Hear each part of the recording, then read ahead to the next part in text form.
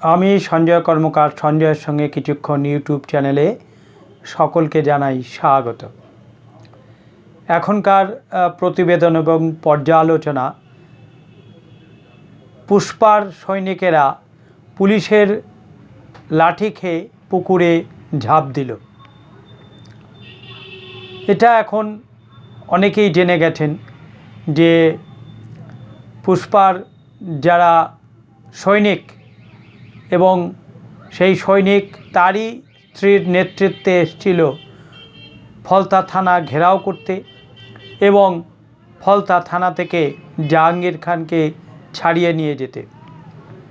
কিন্তু সে কাজে পুষ্পার সৈনিকেরা সফল হয়নি, অর্থাৎ জাহাঙ্গীর খানের স্ত্রী এবং তার লোকজন বা তার শাগরেদ যারা এসেছিলেন তারা সেই কাজে সফল হননি, বরং পুলিশের এবং কেন্দ্রীয় বাহিনীর লাঠির আঘাত খেয়ে তারা চাচা আপন প্রাণ বাঁচা করে পালিয়ে গেছে।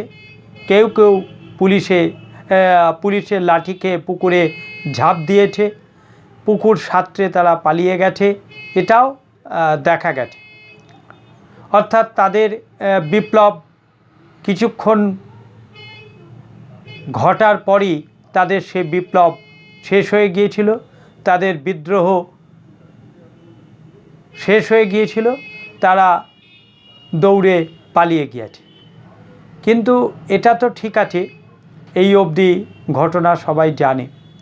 কিন্তু আমার এই বিষয়ে কতগুলো প্রশ্ন আছে বা একটা বিশেষ ভাবনা আছে যা আপনাদের সঙ্গে শেয়ার করছি। এই কদিন আগেই জাহাঙ্গীর খান নির্বাচন থেকে সরে দাঁড়ালো, বলল যে মাননীয় মুখ্যমন্ত্রী ফলতার জন্য যা করছে তা ভালো, ফলতার উন্নতি হোক, তিনিও চান। নির্বাচনে জাহাঙ্গীর খান পরাজিত হলো, একেবারে জামানত জব্দ হলো। তারপরেই তার অফিস ভাঙচুর হলো বিনা প্রতিরোধে।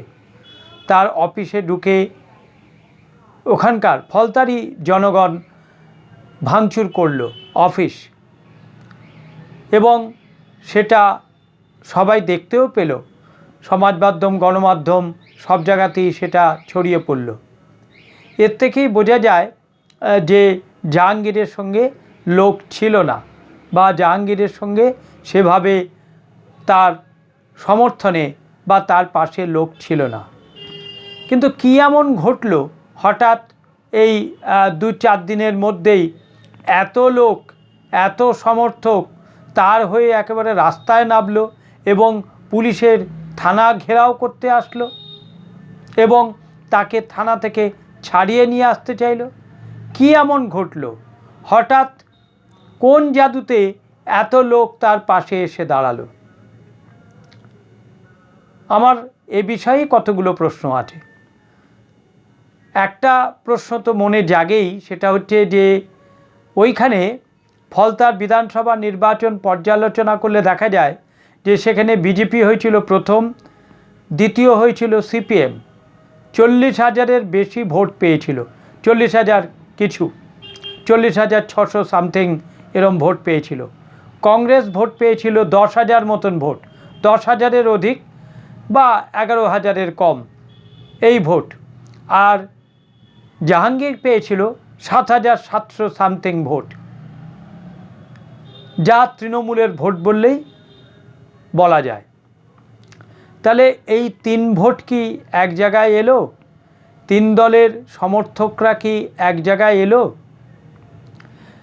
আরেকটা প্রশ্ন জাগে, সেটা হচ্ছে যে এই সংখ্যালঘু সম্প্রদায় যারা জাহাঙ্গীর খানকে রাস্তায় হাঁটতে দেখেছে হাফ প্যান্ট পরে এবং জোরহাত করে পুলিশের সামনে হাঁটতে হাঁটতে এগিয়ে গেছে, তাই দেখে সংখ্যালঘু সম্প্রদায়ের বা জাহাঙ্গীর খানের সম্প্রদায়, তার বন্ধু বান্ধব, পরিচিত, সমর্থক, আত্মীয় স্বজনের ভীষণ আত্মসম্মানে লেগেছে, ভীষণ বাজে লেগেছে, খারাপ লেগেছে। তার থেকেই তারা ঘুরে দাঁড়িয়েছে এইভাবে যে একটা কিছু করতে হবে, পুলিশকে শিক্ষা দিতে হবে, পুলিশকে দেখিয়ে দিতে হবে যে তারাও কম কিছু নয়, তারাও ছোটো জগন্নাথ হয়ে বসে থাকবে না, তারা জাহাঙ্গীরের জন্য জীবন দান করতে প্রস্তুত। এরকম একটা ভাবনা নিয়ে তারা পথ অবরোধ করতে করতে থানার দিকে এগিয়ে গেল। হঠাৎ এত সমর্থক, এত বন্ধু, এত আত্মীয় জাহাঙ্গীর খানের তৈরি হয়ে গেল, এটা কিন্তু প্রশ্ন জাগে। আরেকটা প্রশ্ন, সেটা হচ্ছে জাহাঙ্গীরের স্ত্রী, তিনি নেতৃত্ব দিয়েছেন এবং জাহাঙ্গীর খানকে ছাড়াতে এসছেন। জাহাঙ্গীর খানের স্ত্রী কি জানতেন না যে পুলিশ এখন আর সেই দিদির পুলিশ নেই, এটা দাদার পুলিশ, এটা এখন আর বাংলার মেয়ের পুলিশ নয়, এটা বাংলার ছেলের পুলিশ। পুলিশ আর ঠুটো জগন্নাথ হয়ে বসে থাকবে না, পুলিশ অ্যাকশান নেবে, পুলিশ পদক্ষেপ করবে। এটা কি জাহাঙ্গীর খানের স্ত্রী জানতো না? সে কি এতটাই বাচ্চা মেয়ে? সে কি জানতো না যে এই কাজে তিনি যদি সফল হন তাহলে জাহাঙ্গীর খানের আরও বিপদ বাড়বে? তাহলে জাহাঙ্গীর খানের স্ত্রীকে কি কেউ উস্কেছিল, কেউ বুদ্ধি দিয়েছিল, কেউ তাকে সমর্থন জুগিয়েছিল, বা তাকে এই ভরসা জুগিয়েছিল যে থানা ঘেরাও হবে, থানা ভাঙচুর হবে, থানা ঘেরাও ভাঙচুর হবে যে সময়, সে সময় জাহাঙ্গীর খানকে নিয়ে চম্পট দেওয়া যাবে এবং জাহাঙ্গীর খান মুক্ত হয়ে যাবে? এরম একটা পরিকল্পনা করা হয়েছিল এবং জাহাঙ্গীর খানের স্ত্রীকে সেই পরিকল্পনা বোঝানো হয়েছিল বা জানানো হয়েছিল। জাহাঙ্গীর খানের স্ত্রী সেই ব্যাপারটা সমর্থন করেছিল বা সেটা বুঝতে পেরেছিল? প্রশ্ন তো জাগেই। হঠাৎ করে এই কদিন আগে ফলতায় যেখানে জাহাঙ্গীরের সমর্থনে কোনো লোক ছিল না, বরং জাহাঙ্গীরের বিরুদ্ধে মানুষ বিক্ষোভ দেখাচ্ছিল, প্রতিবাদ করছিল, তাদের জাহাঙ্গীর খানের অত্যাচারের কথা বর্ণনা করছিল সংবাদ মাধ্যমের কাছে নির্ভয়ে নিশ্চিন্তে, হঠাৎ কী এমন ঘটল যে এই বিক্ষোভকারীরা হঠাৎ জাহাঙ্গীর খানের হয়ে একেবারে জীবনদান করতে প্রস্তুত হয়ে যা থানার কাছে এসে উপস্থিত হলো? প্রথমে নারীদের সামনে দিয়ে দেওয়া হলো এবং পেছনে রাখা হলো পুরুষদের। একদম সংগঠিত বিক্ষোভ, একদম সংগঠিত একটা প্রতিরোধ বা প্রতিবাদের ব্যবস্থা। কোনো একজন গৃহকর্ত্রীর পক্ষে বা জাহাঙ্গীর খানের স্ত্রীর পক্ষে এত লোককে জড়ো করা সম্ভব না, সাধারণ জ্ঞান তাই বলে। এত সুন্দরভাবে সংগঠিত করা একজন গৃহকর্ত্রীর পক্ষে সম্ভব নয়। তার কারণ জাহাঙ্গীর খানের স্ত্রী নিশ্চয়ই কোনো এমপি বা এমএলএ নয়, বা তৃণমূলের কোনো বড় নেত্রীও নয়। তাহলে এইটা প্রশ্ন দাঁড়ায় বা প্রশ্ন জাগে যে তাকে কি কোনো সংগঠিত দল বা সংগঠিত গোষ্ঠী বা কোনো বিশেষ রাজনৈতিক দল তাকে সমর্থন দিয়েছিল এবং বুঝিয়েছিল যে এইভাবে জাহাঙ্গীর খানের বিরুদ্ধে আমরা যে লড়াই চলছে সে লড়াই চালিয়ে যাব, জাহাঙ্গীর খানকে ছাড়িয়ে নিয়ে আসব এবং থানা একেবারে ভাঙচুর করে তছনছ করে দেব এবং প্রশাসনকে একটা বার্তা দেব যে আমরাও কিন্তু এর বিরুদ্ধে প্রতিরোধ বা প্রতিবাদ গড়ে তুলব, পুলিশ প্রশাসন কিছু করতে পারবে না। কিন্তু জাহাঙ্গীর খানের স্ত্রীর সেই স্বপ্ন ভেঙে চুরমার হয়ে গেছে, সেই ইচ্ছে তার বিফলে গেছে, তার কার্য সিদ্ধিলাভ ঘটেনি, বরং তিনিই আজ বিপদে পড়েছেন। তার বিরুদ্ধে দেশদ্রোহিতার মামলা হয়তো হবে, তার বিরুদ্ধে পুলিশ এফআইআর করেছে। জাহাঙ্গীর খানের স্ত্রী এখন পালিয়ে পালিয়ে বেড়াচ্ছেন, কিন্তু কতদিন পালিয়ে বেড়াবেন? পুলিশ ঠিক তাকে ধরবে। জাহাঙ্গীর খানের স্ত্রী বিপদে পড়লেন, শুধু তাই নয়, জাহাঙ্গীর খানও আরও বিপদে পড়লেন। তার বিরুদ্ধে পুলিশের পদক্ষেপ নিতে কড়া পদক্ষেপ নিতে আরও সুবিধে হবে। ইতিমধ্যেই মাননীয় মুখ্যমন্ত্রী শুভেন্দু অধিকারী মহাশয় জানিয়ে দিয়েছেন যে এই ফলতার কাণ্ডে যারা যারা রয়েছে বা যাদের যোগ রয়েছে তাদেরকে পুলিশ অবশ্যই ধরবে এবং তাদের বিরুদ্ধে রাষ্ট্রদ্রোহিতার মামলা দেওয়া হবে, অর্থাৎ সহজে তারা ছাড় পাবেন না। ইতিমধ্যেই এই বিষয়ে 10 জনকে গ্রেপ্তার করা হয়েছে।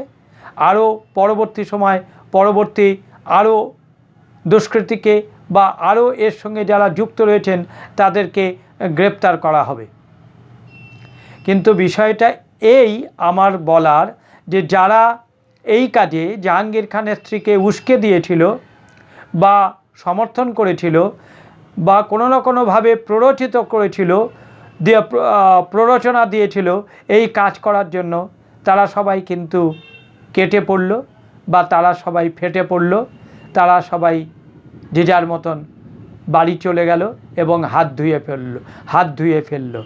বিপদে পড়ল জাহাঙ্গীর খানের স্ত্রী এবং তার যারা ঘনিষ্ঠ, তার নিজস্ব যারা একেবারে আপনজন, যারা একেবারে সামনের সারিতে থেকে এই বিক্ষোভকে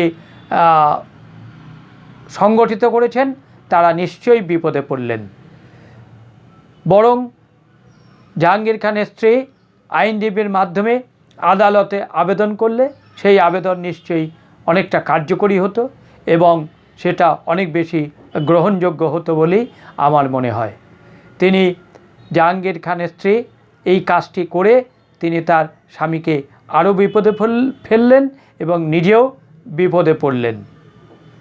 এবং সেই সঙ্গে এটা বলবো যে সংখ্যালঘু সম্প্রদায়ের যারা মুখ বেঁধে এসেছিলেন তারা জাহাঙ্গীর খানেরই সমর্থক, এ নিয়ে কোনো সন্দেহ নেই। তারা এই 15 বছর ধরে অবশ্যই হিন্দুদের প্রতি অনেক অত্যাচার অনাচার করেছেন এবং জাহাঙ্গীর খানের হয়ে হিন্দুদের তারা যথেষ্ট বিপদের মধ্যে ফেলেছিলেন, এ নিয়ে কোনো সন্দেহ নেই। এখনকার প্রতিবেদন এই পর্যন্তই। সবাই ভালো থাকবেন, সুস্থ থাকবেন এবং আনন্দে থাকবেন। আমার চ্যানেলটিকে সাবস্ক্রাইব করবেন, লাইক করবেন, আপনাদের গুরুত্বপূর্ণ মতামত প্রদান করবেন। আমার প্রতিবেদন ভালো লাগলে অবশ্যই শেয়ার করবেন। নমস্কার।